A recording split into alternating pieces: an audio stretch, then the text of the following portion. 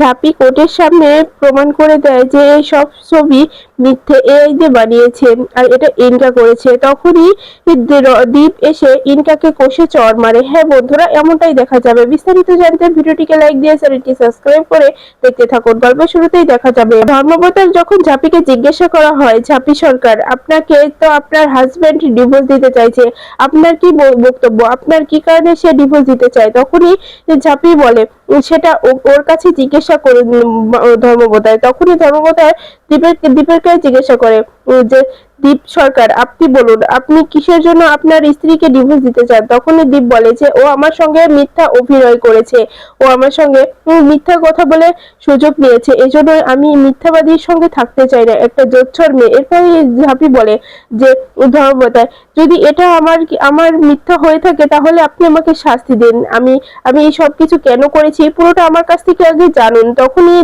ধর্মবতার বলে হ্যাঁ ঝাঁপি, আপনি বলুন যে কি হয়েছিল, কিসের জন্য আপনি আপনার হাজবেন্ডের সঙ্গে মিথ্যে আশ্রয় নিয়েছিলেন? তখনই ঝাঁপি বলে যে ধর্মবতার আমি মিথ্যে আশ্রয় নিয়েছি কারণ আমাদের একটু পারিবারিক সমস্যা হয়েছিল, তাই আমার আমার হাজবেন্ড যেখানে বিজনেস করতো সেই বিজনেস পার্টনার ওনাকে ঠকিয়েছিল, তাই উনি এই শহর ছেড়ে চলে যেতে চেয়েছিল বিদেশে, তাই বাড়ির পুরো পরিবার ভেঙে পড়েছিল আমার হাজবেন্ডকে বাইরে যাওয়াটা নিয়ে। এর জন্য আমি মিথ্যা বলে এইসব কিছু করেছি। মেনকা সেজে আমি আমি আমার হাজবেন্ডকে চাকরি দিয়েছিলাম, এই শহরেই চাকরি করিয়েছি যাতে আমার হাজবেন্ড বিদেশে না যায়। এটা কি আমার অপরাধ? তখনই ধর্মবতার বলে ওঠে না ঝাঁপি সরকার, এটা অন্যায় নয়। দীপদত্ত সরকার, আপনি কিন্তু অযথা আপনার স্ত্রীর উপরে অভিমান করছেন। এইটার জন্য কেউ কিন্তু কাউকে ডিভোর্স দেয় না। তখনই দীপ বলে দেখুন ধর্মবতার, আপনি যেটা বুঝছেন সেটা বলছেন, কিন্তু আমি যেটা বুঝেছি সেটা বলছি। আমি এরকম একটা ঠকবাজ জোচ্চোর মেয়ের সঙ্গে থাকতে চাই না যে আমাকে মিথ্যে কথা বলতো। হ্যাঁ, আমাকে আটকাতে চেয়েছিল, আমাকে অন্যভাবে তো আটকাতে পারতো, এভাবে মিথ্যের আশ্রয় কেন নিয়েছে? আমাকে সত্যটা বলে দিতে পারতো। আমি মিথ্যার আশ্রয় যে নিয়েছিল তার সঙ্গে আমি থাকতে চাই না। তখনই ইনকা দীপের মাকে বলে আন্টি দেখতে পাচ্ছ, এবার তো মনে হচ্ছে দীপ হেরে যাবে, দীপ তো ভালো করে বলছে না, সবকিছু গুছিয়ে বলুক তাহলেই তো ঝাঁপিটার ওর ডিভোর্সটা হয়ে যায়। তখনই কাসাই বলে ওই ছাত্রীটা এখানে এসেছে ঠাম্মি, দেখো ঝাঁপি পারবে, ঝাঁপির সঙ্গে পাঙ্গা দিচ্ছে দাদা ভাই, ঝাঁপির সঙ্গে পারবে না, কারণ ঝাঁপি তো কোনো অন্যায় করেনি, ঝাঁপিকে কখনোই শাস্তি দিতে পারবে না। এরপরে ইনকা উঠে দাঁড়ায় আর বলে যে ধর্মবতার আমি কিছু বলতে চাই আপনাকে। তখনই ধর্মবতার বলে আপনি কে? তখনই ইনকা বলে আমি ইনকা সেন, আমি দীপের ভালো একটা বন্ধু, আমি দীপের সঙ্গে একসঙ্গে বিজনেস করতাম। তখনই ধর্মবতার বলে তাহলে আপনার যেটা বলার আপনি এখানে এসে বলুন। তখনই দেখা যায় যে ইনকা ইনকা বলে যে ধর্মবতার আমি আপনাকে বলছি যে এই ছাপি সরকার একদম ভালো মেয়ে নয়, এ একটা খারাপ চরিত্রের মেয়ে, ওর অন্য জায়গায় অ্যাফেয়ার আছে। তখনই দেখা যায় যে কথাটি শুনে ছাপি খুবই রেখে যায়। আর তখন দীপ বলে ও আবার এ কথা কেন বলতে গেল, ও কি রেশবকে নিয়ে এই সব কিছু এখানে বলবে? আমি যে এমনটা চাইনি, আমি চাইনি যে ঝাঁপির আর রেশবের সম্পর্কটা এভাবে সবার সামনে আসুক। ইনকা কি করতে চলেছে? তখনই ঝাঁপি বলে এসব কি হচ্ছে ধর্মতার, এখানে আমাকে অসম্মান করা হচ্ছে। তখনই দেখা যায় যে ঠাম্মি কাসাই রেগে যায় কথা শুনে আর বলে এটা কি করছে এই সাতচন্নিটা এভাবে এবং সবার সামনে দিদিভাইকে অপমান করছে। তখনই ধর্মবতার বলে আপনি কি প্রমাণ দেখাতে পারবেন? তখনই দেখা যায় ইনকা কিছু ছবি দিয়ে বলে ধর্মবতার এখানে স্পষ্ট দেখা যাচ্ছে যে এই ঝাঁপি সরকার অন্য একজন ওর অফিসেরই এক এমডির সঙ্গে সম্পর্ক আছে। সে হলো রেশব বাচু, সে বিদেশ থেকে এসেছে, তার সঙ্গে সে এখন রিলেশনে আছে। তাই আমার বন্ধু দীপ দীপ ওকে ছেড়ে দিতে চাইছে, ওকে ডিভোর্স দিতে চাইছে। তখনই ছবিটা দেখে ধর্মবতার অবাক হয়ে যায়। ওই ছবি দেখে দীপের মা, ঠাম্মি, কাসাই সবাই অবাক হয়ে যায় যে এটা কি। তখনই দেখা যায় যে দীপের মা বলে যে ইনকা একটা ভালো প্রমাণ জোগাড় করেছে, যাই হোক এই প্রমাণ দেখিয়ে অন্তত এই মেয়েটাকে আমার বাবানের জীবন থেকে সরাতে পারবো। আমার বাবানের জীবনটাকে পুরো নষ্ট করে দিচ্ছে এই মেয়েটা এবার অন্তত সরবে। তখনই দেখা যায় ঠাম্মি বলে কাসাই দিদি ভাই কি হচ্ছে এই সব কিছু, কিছুই তো বুঝতে পারছি না। ঝাঁপি দিদি ভাই তো এরকম মেয়ে নয়, তাহলে এই ছবিগুলো কোথা থেকে এলো? তখনই কাসাই বলে, ঠাম্মি চিন্তা করো না, ঝাঁপি ঝাঁপি সবকিছু সমাধান করে দেবে। যতই ইনকা এই নোংরা খেলা খেলুক না কেন, ঝাঁপির সঙ্গে পারবে না, তুমি চিন্তা করো না ঠাম্মি।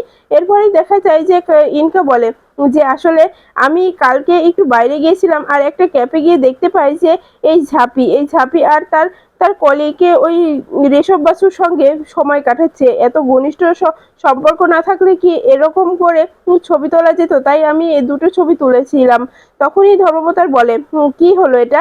ঝাঁপি সরকার এগুলো কি বোঝাচ্ছে? আপনি এতটা নিজ কাজ করতে পারেন? আপনার কথায় তো এটা মনে হচ্ছিল না। দীপ দীপনারায়ণ সরকার তো আপনাকে ডিভোর্স দিতে চাইছে, তার যথেষ্ট প্রমাণ আমাদেরকে দেখিয়েছে। এই জন্যই কি তাহলে দীপদত্ত সরকার আপনাকে ডিভোর্স দিতে চাইছে? তখনই ঝাঁপি বলে, না এইসব মিথ্যে কথা। তখনই দীপ মনে মনে বলে, তাহলে ঝাঁপি এতদূর এগিয়ে গেছে, যেটা ভেবেছিলাম সেটাই হলো। এটা এটা এটা ঠিক হয়নি। ঝাঁপি এভাবে আমাকে ঠকাচ্ছিল।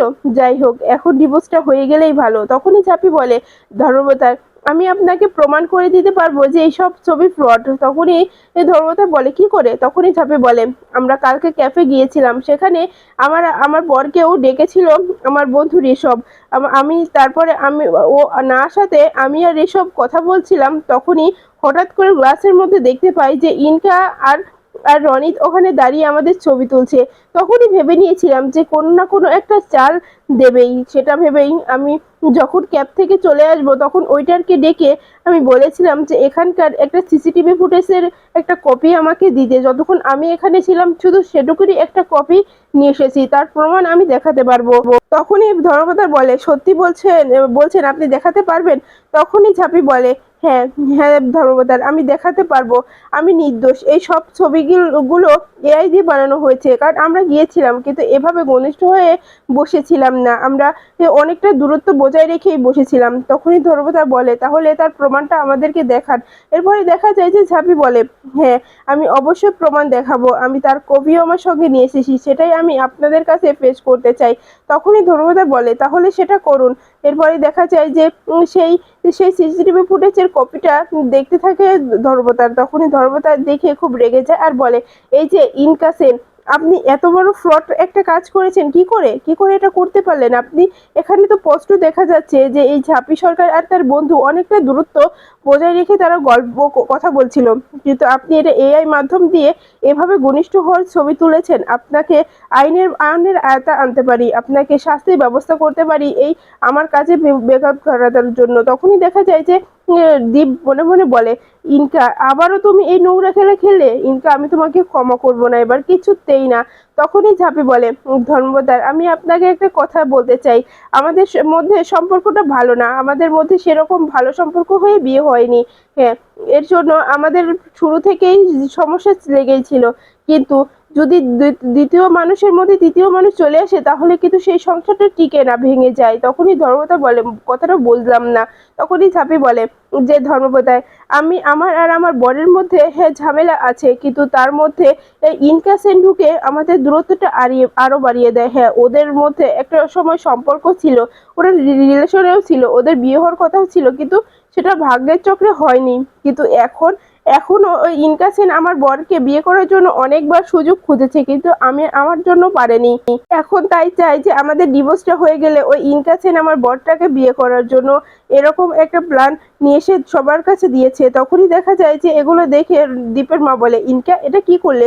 এভাবে সবার কাছে মাথা নিচু করে দিলে? তখনই দেখা যায় যে ধরতা বলে, আমি একটা কথা বলে দিচ্ছি, ইনকা সেন যদি দ্বিতীয়বার ঝাঁপি ঝাঁপি সরকার আর দীপদত্ত সরকারের সম্পর্কের মাঝখানে যায় তাহলে তাকে আইনের আওতায় আনা হবে। ঝাঁপি সরকার যদি আর একবার এসে বলে যে ইনকা সেন ওদের মধ্যে ঝামেলাটা আবার বাড়িয়ে দিচ্ছে, তাহলে কিন্তু আমি ইনকা সেনের বিরুদ্ধে আইনের ব্যবস্থা নেব। কথাটা শুনে ইনকা চমকে যায়। এরপরে ধর্মদার দীপকে ডেকে বলে যে, এই যে দীপদত্ত সরকার, আমি আপনাকে একটা কথা পরিষ্কার করে জানিয়ে দিতে চাই, আপনাদের মধ্যে সম্পর্কটা ভালো হোক বা খারাপ হোক, আপনাদেরকে আমি 6 মাস সময় দিচ্ছি। এর মধ্যে যদি সম্পর্কটা আপনারা ঠিক করতে চান, ঠিক করতে পারবেন, আর যদি ঠিক না করতে চান তাহলে 6 মাস পরে এসে আপনারা আবারও এই কেসটাকে উইথড্র করবেন, তাহলে তারপরে একটা ডিসিশন হয়ে যাবে, সেই পথে আপনারা এগোবেন।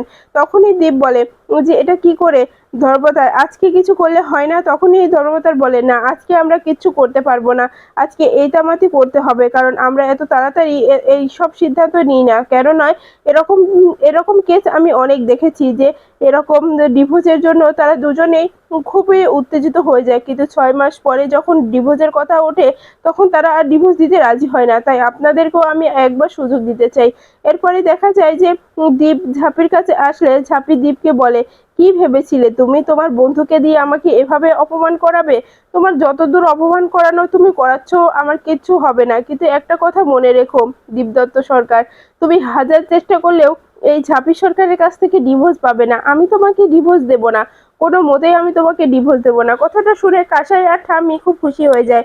তখনই কাসাই বলে, ঠাম্মি দেখেছো ঝাঁপি ঝাঁপি কিভাবে দাদাভাইয়ের সঙ্গে কথা বলছে? ঠিক বলছে, যেভাবে দাদাভাই সবসময় ঝাঁপিকে রাগারাগি করে ঝাঁপির উপরে, সেটার জন্য একদম ঠিক কাজ হচ্ছে, ঝাঁপি একদম ঠিক উচিত জবাব দিচ্ছে। তখনই ঠাম্মি বলে, হ্যাঁ দিদি ভাই, ঝাঁপি দিদি ভাই একদম ঠিক কথাই বলছে।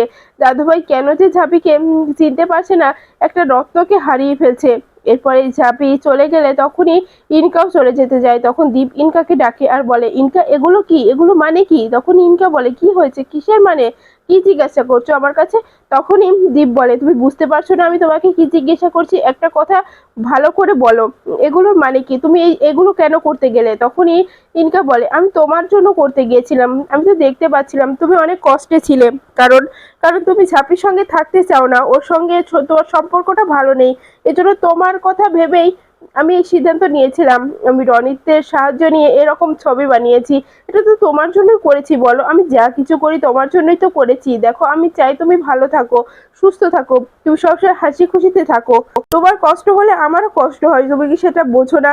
তখনই দীপের মা বলে, হ্যাঁ বাবা, ইনকা যা কিছু করে তোর ভালোর জন্যই তো করে। তখনই দেখা যায় যে দীপ বলে যে, মা তুমি চুপ করো, এসব বিষয় নিয়ে আর কথা বলো না, অন্তত তুমি ইনকার কথায় সায় দিও না। তখন ইনকা বলে, দীপ আমি জানি তুমি আমাকে ভুল বুঝছো, কিন্তু আমি যা কিছু করি সব তোমার জন্যই করেছি, বিশ্বাস করো দীপ, আমি তোমার ভালোর জন্যই করেছি, তুমি কেন বুঝতে পারছো না বলো? আমি যা করি না কেন সবকিছু তোমার ভালোর জন্য করেছি। তখনই দীপ বলে, আমার ভালো তোমাকে করতে হবে না, আমি কি বলেছিলাম যে তুমি এগুলো করো, এগুলো ছবি বানিয়ে নিয়ে এসো? তাহলে কেন নিয়ে আসতে গেলে তুমি এগুলো? এগুলো আনার কোনো প্রয়োজন ছিল না ইনকা, আমি তোমাকে সাবধান করে দিচ্ছি, এরকম অন্যায়ের মধ্যে তুমি আর মাথা ঘামাতে যাবে না। তখন ইনকা বলে, দেখো দীপ, তোমার কষ্ট আমি সহ্য করতে পারছি না, তুমি যদি মনে করো আমি তোমার কাছে এরকম বোঝা হয়ে যাচ্ছি, তাহলে যাব না, আমি তোমার কোনো সাহায্য করতে যাব না।